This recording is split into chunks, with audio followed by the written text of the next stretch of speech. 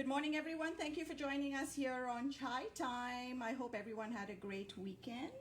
Joining me this morning are two wonderful ladies. I have Aparna and Tasneem from Daya, Houston. And this is the first time I'm getting to meet them. And this hour, we're going to cover a lot of things about Daya, the services they provide, but it's going to be a great conversation. And, I'm really looking forward to this because Daya provides so many services to our survivors. And we have partnered with Daya for many, many years. So this is exciting. Tasneem is the new executive director. So I get to talk to her, get to know her. And Aparna is the director of development. So I get to know what her role is about and, how Daya has evolved since we have worked together. So before we begin to all the questions, Aparna, tell us about yourself and your role in the organization. Sure. Hi, thanks, Lynn, so much for having us on here this Monday.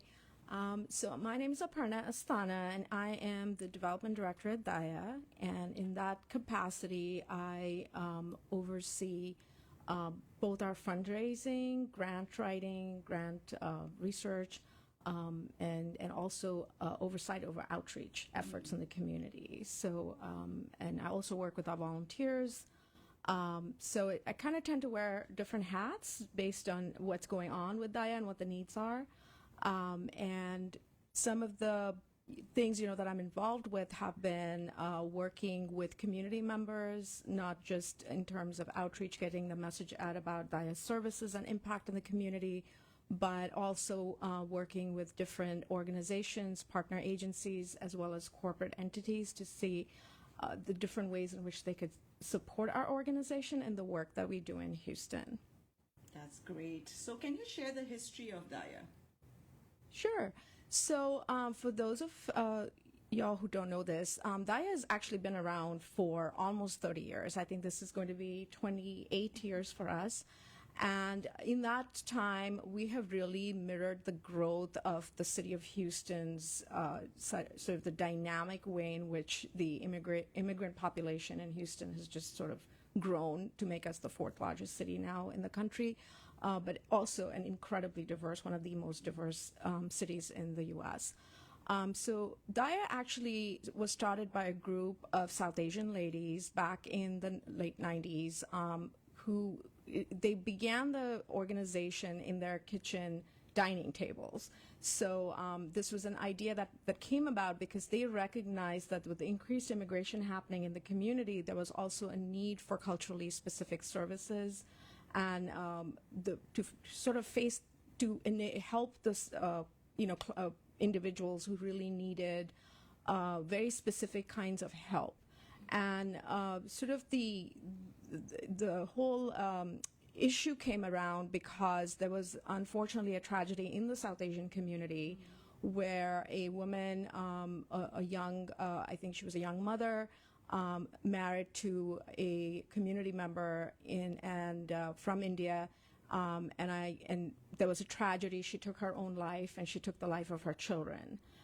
It was a very public, very tragic event and in the community, and it kind of really highlighted some of the sort of the negative, issues around family violence that were not being talked about or not being raised, and there were no resources even for people undergoing this kind of abuse in the South Asian community to get help and access resources so that things didn't need to escalate to that extent to where a young woman and her children lost their lives.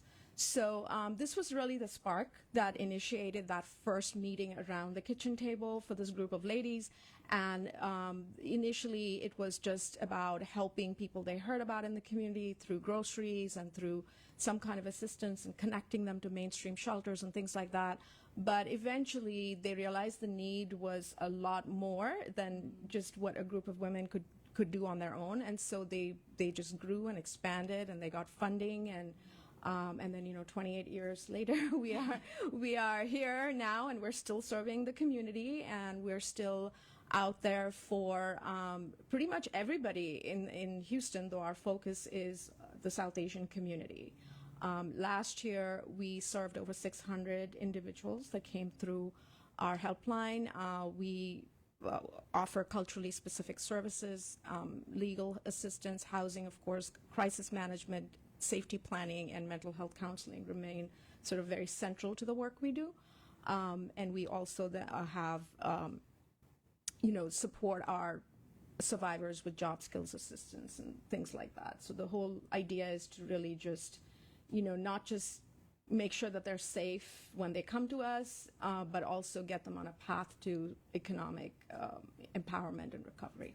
Yeah, because that is so important to become independent and to be able to survive in this world, right? Like, I mean, already they're going through so much, and then the path to recovery is a long path. But at least having an organization like Daya to help them along the way, it's a blessing for sure.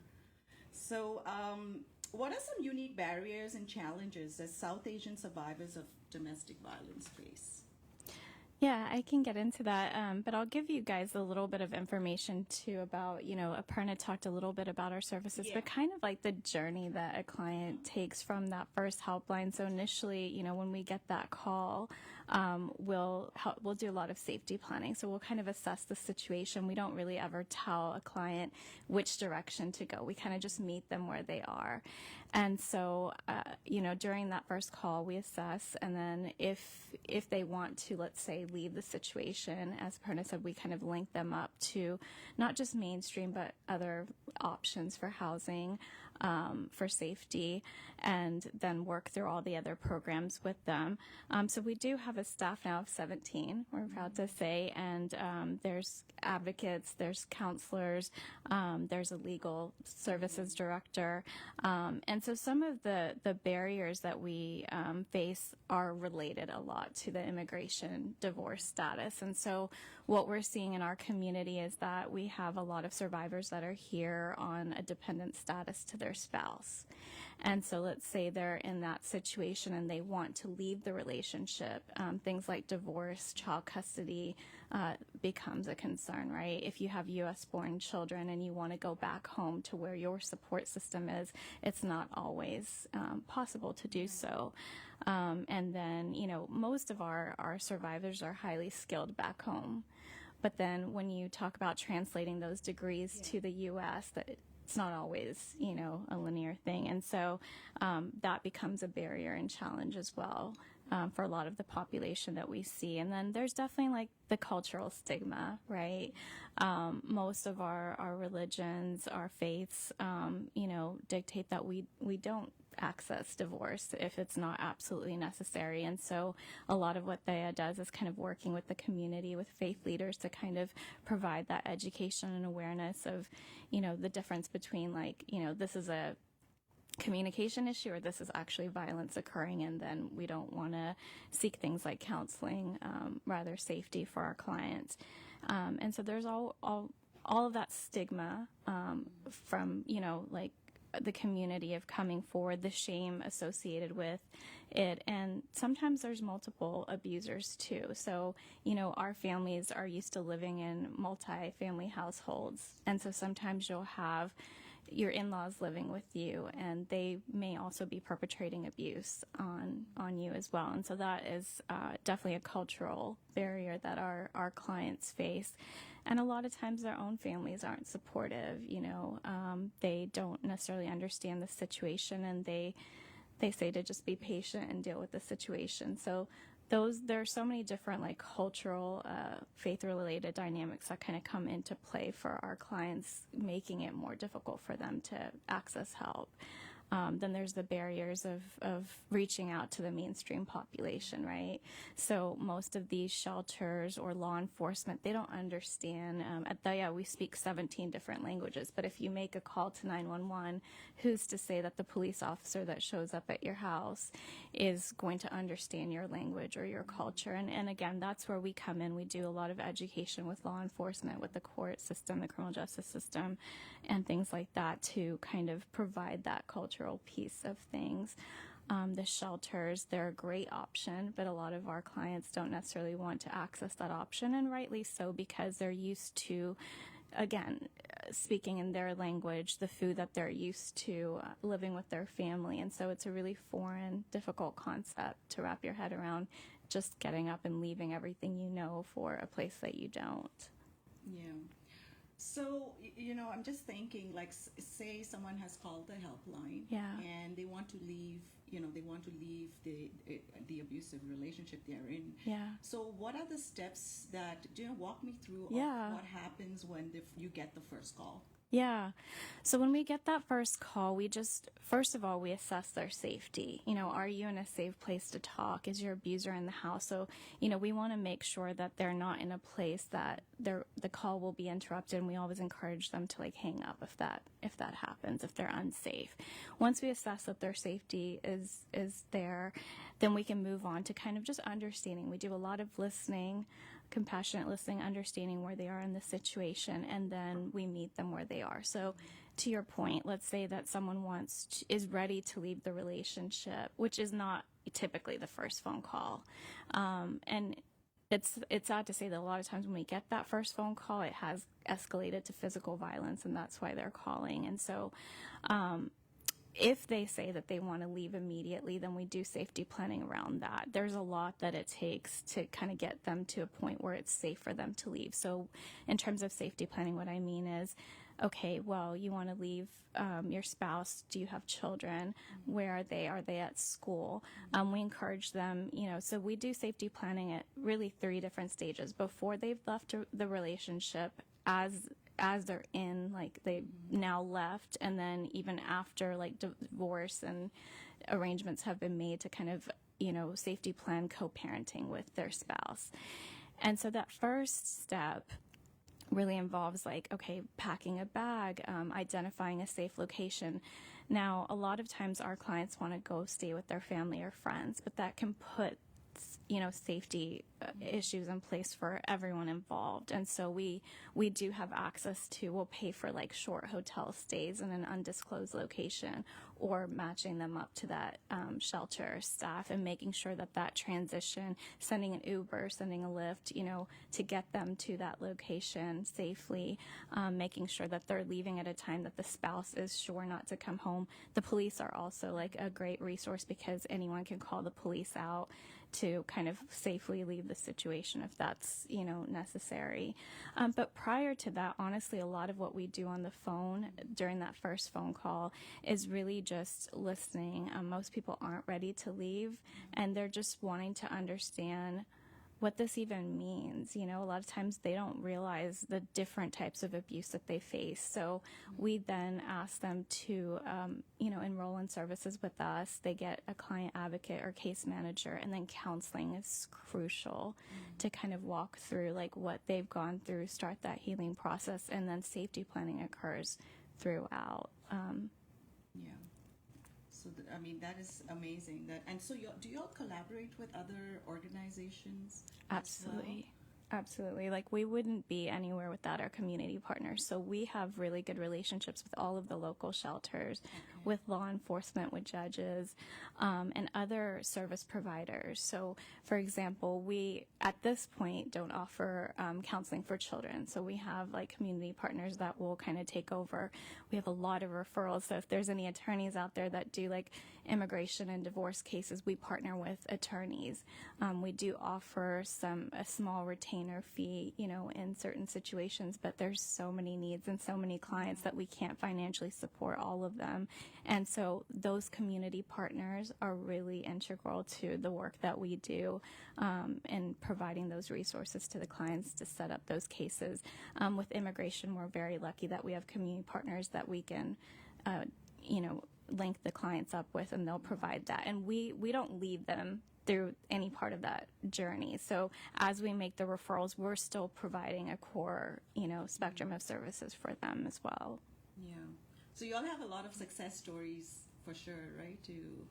That's happened within the organization for the clients as well. Oh, absolutely. And, so I had a question and it just went out.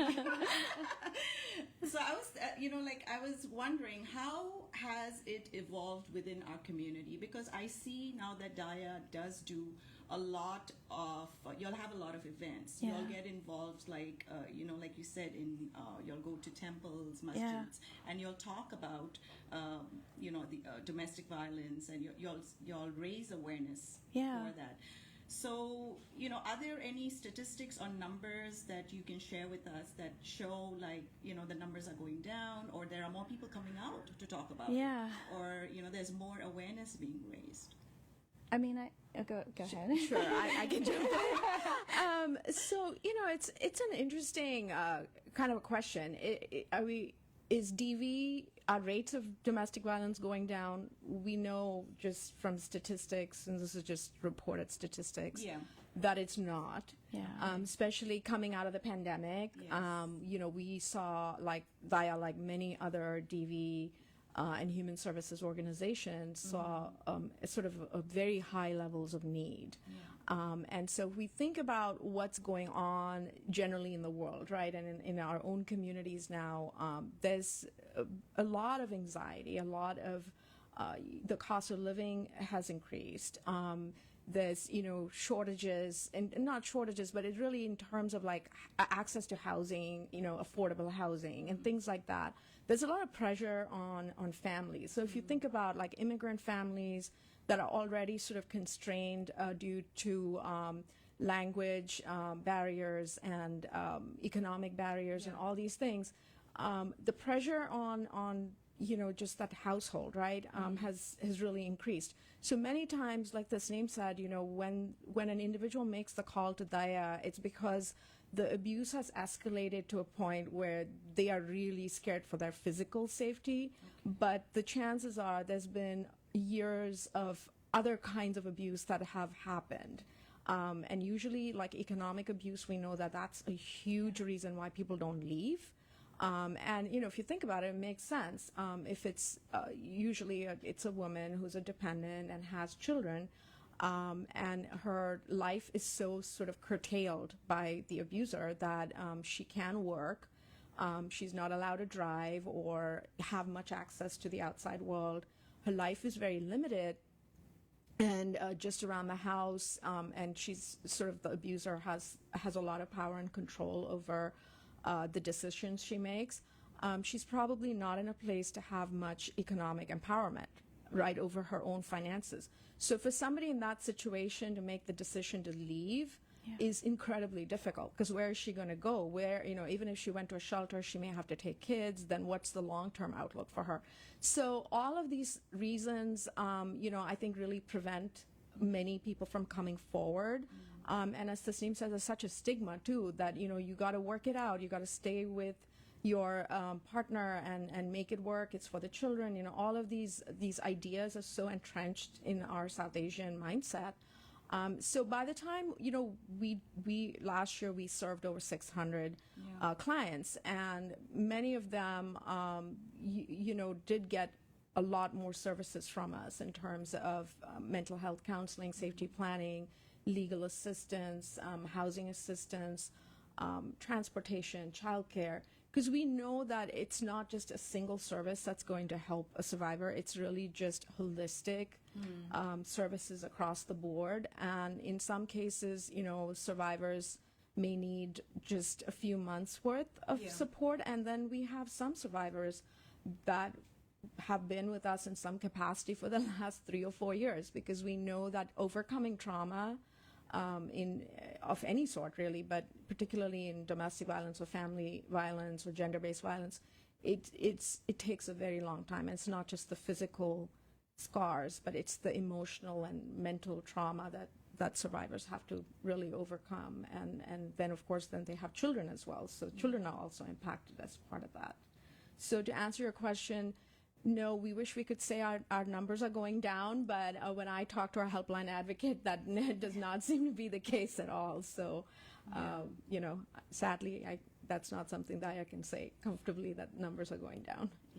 And in terms of the statistics you're asking, we know nationally 1 in 3 women and 1 in 4 men at some point in their life are going to experience some sort of domestic violence. When we look at the South Asian community, those numbers are unfortunately higher. We see closer to 40%. I've seen studies in India showing 70% at times. And so, when we talk about, again, as Aparna said, the numbers going down. I worked on a task force with a lot of other South Asian organizations that during the pandemic, there was a surge in calls for every service out there related to domestic violence. And I guess it's sad that our numbers are increasing, but what is positive is that people are starting to come forward. We know for everyone that doesn't, or that does, that there's 3 or 4 out there that aren't coming forward. And so we do want to see those calls. And, I worked with Chetna in Dallas and had a very similar history to Daya here. And when we first started going out and talking about domestic violence back in the 80s, 90s, 2000s, people would throw away our brochures in our face. And I know our friends at Daya had a similar experience. And now fast forward, we've made some inroads with the religious faith communities, and we have some of those relationships. And a lot of what we're doing is that prevention education, curriculum. So, healthy relationships, healthy communication in relationships, how to do self-care and take care of yourself, bullying in children, all of that kind of curriculum is coming or has already been offered. And so that kind of helps bridge that gap a little bit, but we still have a lot of work to do with our cultural and faith-based communities to push that awareness and then work with them when they have, hand in hand, when they have those survivors that they're experiencing. Yeah. So I guess with the numbers going up, we can say that people are coming out to say, I need help, or I am I am being abused. So there are more people that finding that courage because raising the awareness and talking about it and normalizing the conversation. It. Yeah. Because even amongst our friends circle, most of the time it's all fun and games, right? Yeah. We have a good time, we go for dinner, we laugh and all, but I think sometimes having those conversations within our circle, because we never know our own friend must be going through it, or they don't Absolutely. even realize that. So, we always stress on that, try and normalize the situation, the conversation, have meaningful conversations, which is also so important, amongst our friends or our family. We don't have to get into heated discussions, but at least, bringing up a topic, or even, I know many times we say don't talk about politics, right? But then sometimes it is good, it is healthy to have these discussions, even with the new generation, because those are the ones that are going to take us forward. And similarly, we have touched topics with Daya about dating violence awareness, right? We've touched about sexual assault. We've touched about financial. Yeah. So all these things are all under the same umbrella. Absolutely. They might be all different, but at the same time, they fall under the same umbrella. So I think having those conversations, and we have many times amongst our friends, we bring it up. We might not go into intense discussion, but at least we brought that up to spark that thing to say, hey, be vigilant. If you see someone in trouble, try and help them in the sense, give them resources, a helpline or something like that. Absolutely. And I really want to applaud your team at Chai Time here, because I've seen, the really meaningful topics that you guys discuss on air, and it's so important. 1 in 3 and 1 in 4, and we know our males are not coming forward. More than 90% of our survivors that we see are female, so we know the males aren't coming forward. We know that this is an intergenerational cycle, right? Yes. So if I look at those statistics, and then I look at the statistics of public health concerns, or a disease, if this was happening with this level of prevalence with an illness, you wouldn't hesitate to reach out to your friend, right? You wouldn't hesitate to be that support system for them in those situations. But the stigma here with domestic violence is so prevalent in our community that we stop ourselves from having these meaningful conversations and then being that same support in that same way to the people that we love. And we need to break that stigma and that barrier, because it's happening so often, more often than not. Yeah, and I love the fact. I mean, this year we missed the luncheon gala, but we always make it to Daya's luncheon, and it is such an eye opener because you always have someone to share. Like they share their story, which is real, which is happening even now. So that's the we get to meet and network and all of that. We get to support, but learning and getting to know the person who's gone through those hardships and coming out of it and having that courage to share it with a lot of people, it's just commendable, and we truly love that event, because even when we host you all every month, we learn something. There's many things we didn't know about. We always knew, okay, there's Daya. It's a nonprofit organization. It helps the South Asian community with domestic violence, but we didn't know the in-depth work that you'll do. And, that has really made us, and it teaches us, and it motivates us to do something, play a small part in that, and to really, make a difference in someone's lives. Well, I think talking about the situation is never a small thing. I think that's how we make the inroads and we make the difference, right? Yeah. All right. So, how does Daya support survivors of abuse in a culturally specific manner? So, we've talked about it a little bit, but, definitely the language specific and the culturally specific services we provide. So, when we're partnering someone with a community person or an attorney, being that kind of translator or, cultural translator, even if it's not just language specific, really is important. Breaking down for our clients, like the court system, we have an amazing legal services director that kind of goes through that journey with them of what they can expect, knowing their rights, all of those things to break down those cultural barriers. Because can you imagine coming from another country where you're not familiar with the laws, and then coming here and now being thrown into the system?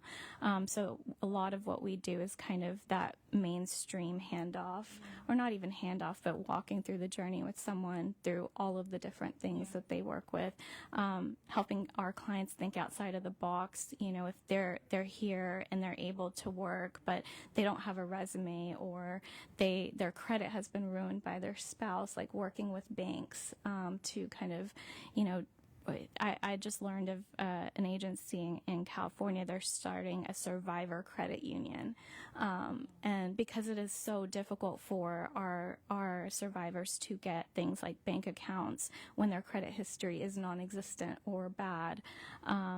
And so, a lot of the services we provide are around that financial empowerment, understanding, as Aparna said, that our situations are not short term. These shelter mainstream stays are 3 to 6 months. And our cases are 2 to 3 years. Like anyone that's gone through a divorce case or a child custody case or an immigration case and is waiting for that green card knows that that's a few years process. And so we kind of, we tailor our services to the needs of the individual. Mainstream provides 3 to 6 months of services. We walk with them for years to kind of from beginning to end and everything in between. Wow. All right, let's take a short break, and when we return, we will continue our conversation with Aparna and Tasneem from Daya, Houston. This is Chai Time, 103.5 Hum FM.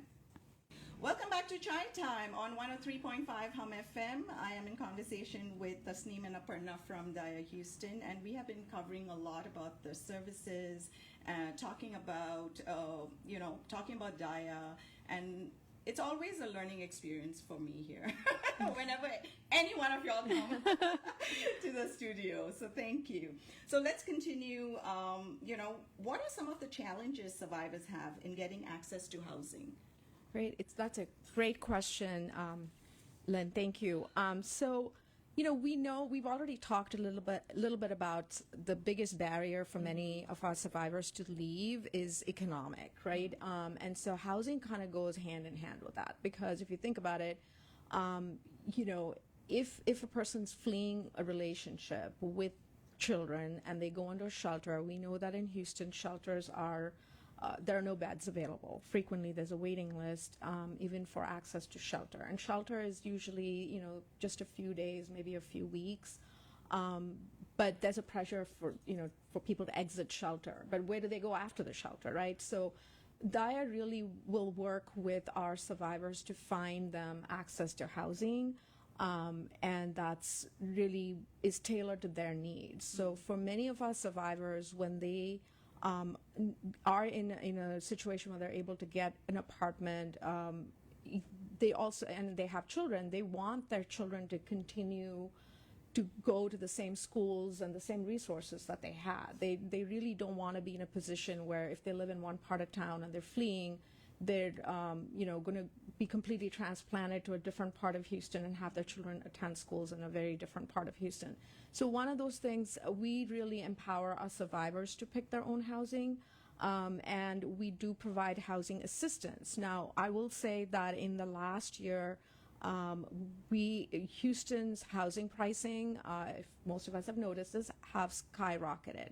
Yeah. So the cost for 1 and 2 bedroom apartments, which is really typically what we do provide our clients with, if they're single, they get a 1 bedroom, or if with a family, a 2 bedroom.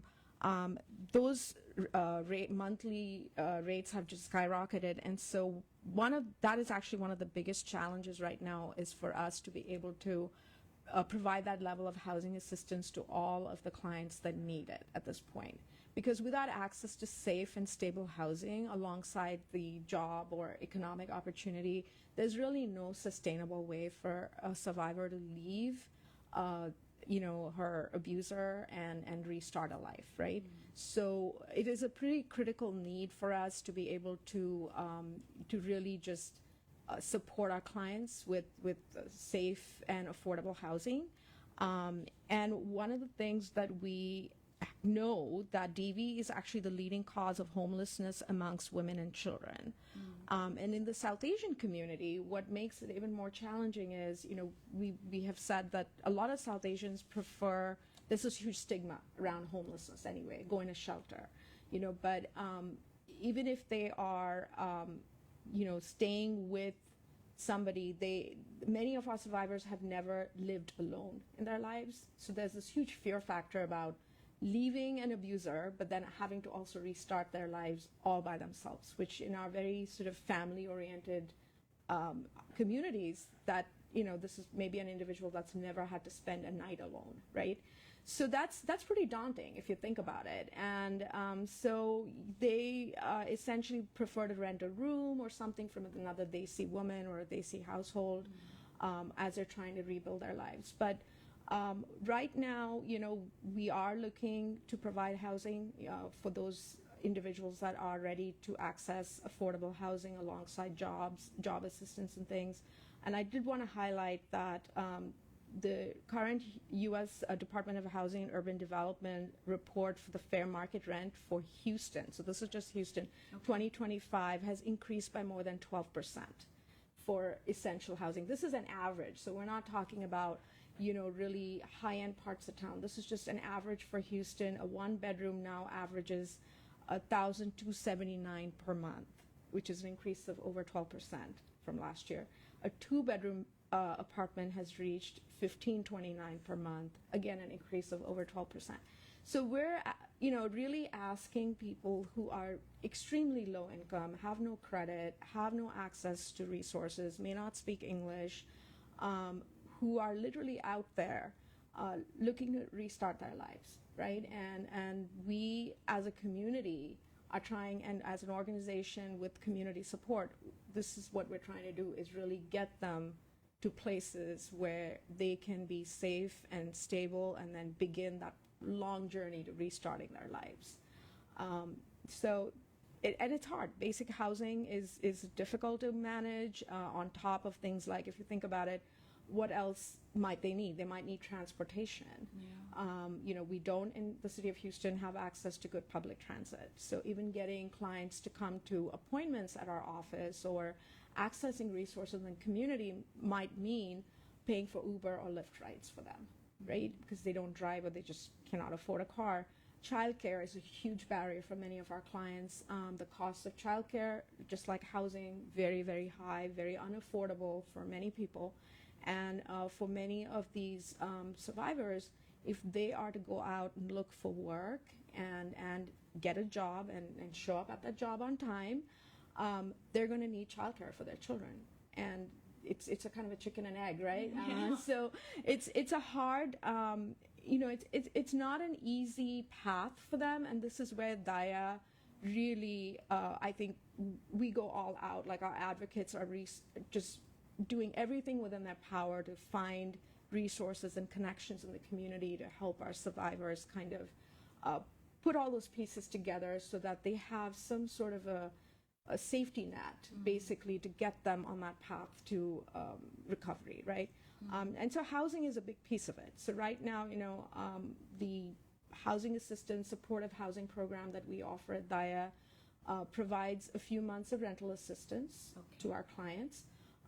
However, as I mentioned, costs are very high, so that also then limits how many clients we can serve and how many months we can serve those clients, right? So it's a tough call to make when we do these assessments, because you don't want to turn anybody away that's in crisis. But unfortunately, as a nonprofit, we do as much as we can, right? Yeah. And it never seems to be enough, right? Tasneem? Yeah. Yeah, I know it is a hard situation, but like you said, for a few months you'll help with housing assistance, but then sometimes what if there's a situation where it's not just a few months? What happens then? Yeah. So, and to back up with supportive housing, like Aparna said, we've looked at different models. Like, we've looked at, should we have a shelter in a specific location? Should we have an apartment or transitional complex?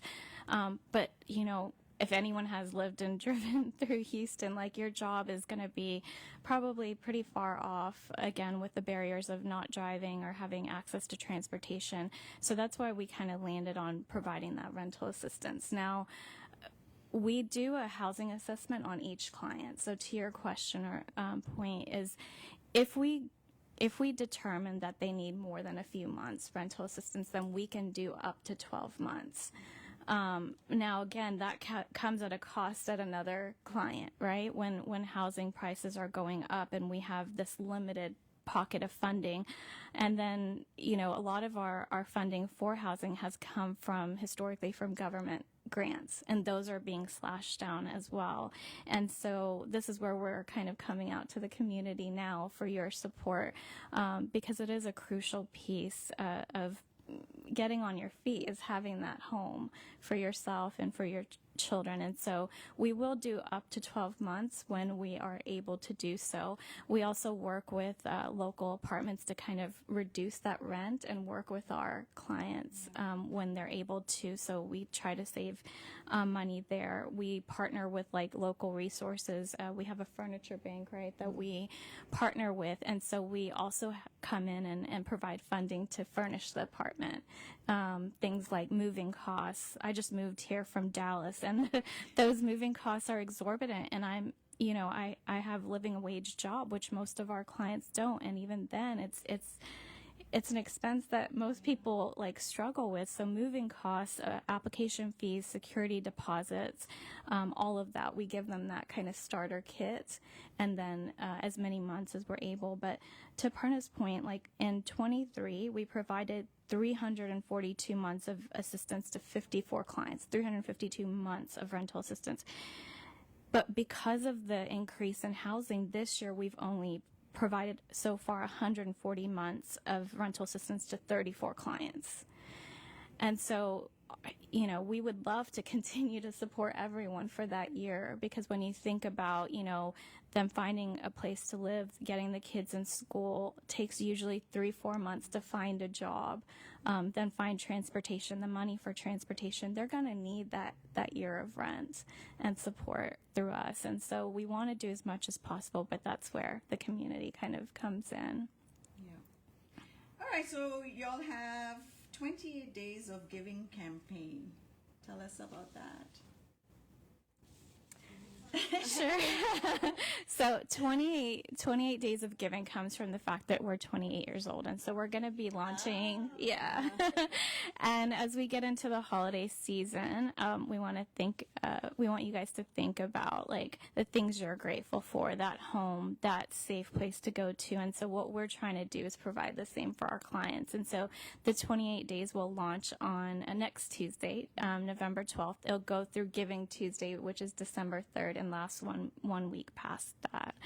And so what we really want to encourage all of you guys to think about these housing costs, think about what it means to be safe and provide that safety for your family. And we're doing increments anywhere from like $28, which will get one individual, one meal, $280, which will maybe pay for a few utilities for a family to start up that housing cost, or provide, I think we have a budget of $280 where we get all the furniture for the apartment with our community partners helping out.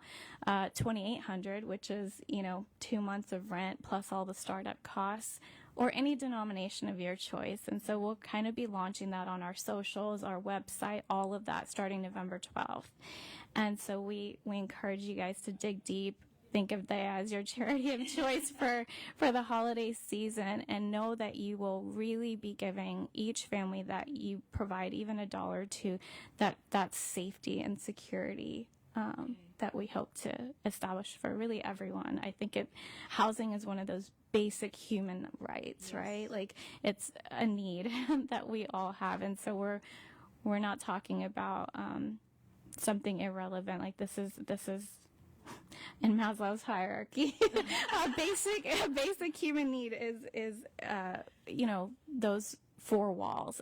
But we really try to make it a home rather than just housing. Yeah. I just wanted to piggyback off of that the supportive housing program is such an integral key piece, just as Tasneem said. It is so fundamental to an individual feeling at peace, at feeling like they have some stability and safety in their lives. Like without a home that we call our own, none of us would be in that place where, it is really at the core of our vulnerability that we have a safe space, and that space is our home, our bedroom.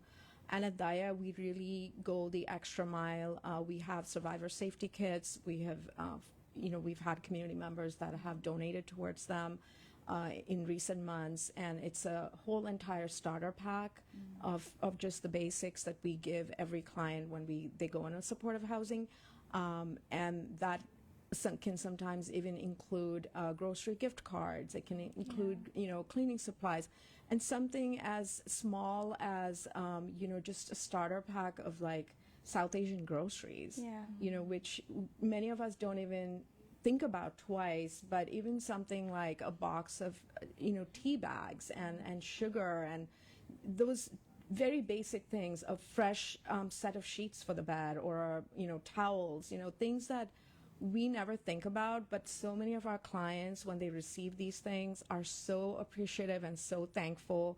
They write notes and letters to our advocates, and it's something we talk about in our internal staff meetings. And it really just brings tears to all our eyes that, these little things make such a huge difference to our clients' lives. So please know that as you are supporting Daya this year, I hope you will consider us in your end of year giving, and give generously, because it does make an enormous difference to our survivors and our mission, and of course, just ultimately to the city of Houston too. So if anyone wants to donate gift cards, how do they do that? Do they go onto your website and there is information on that? Yeah, so our website, when you go to the home page, it will have a link directly to this 28 days of giving. All of our socials will have it up as well starting the 12th. We're going to blast it out in our newsletter.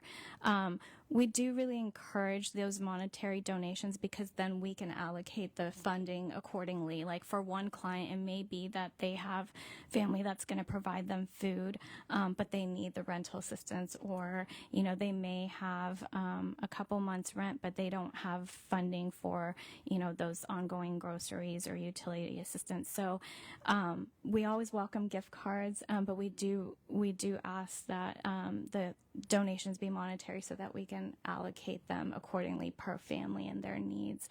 And we talk about, the survivors, but what we're really funding in the majority of cases is a family, the female typically and the children. And so it's not usually a 1-bedroom apartment we're funding. It's 2 bedrooms and additional furniture and then a family's worth of groceries. And so that need is very much there.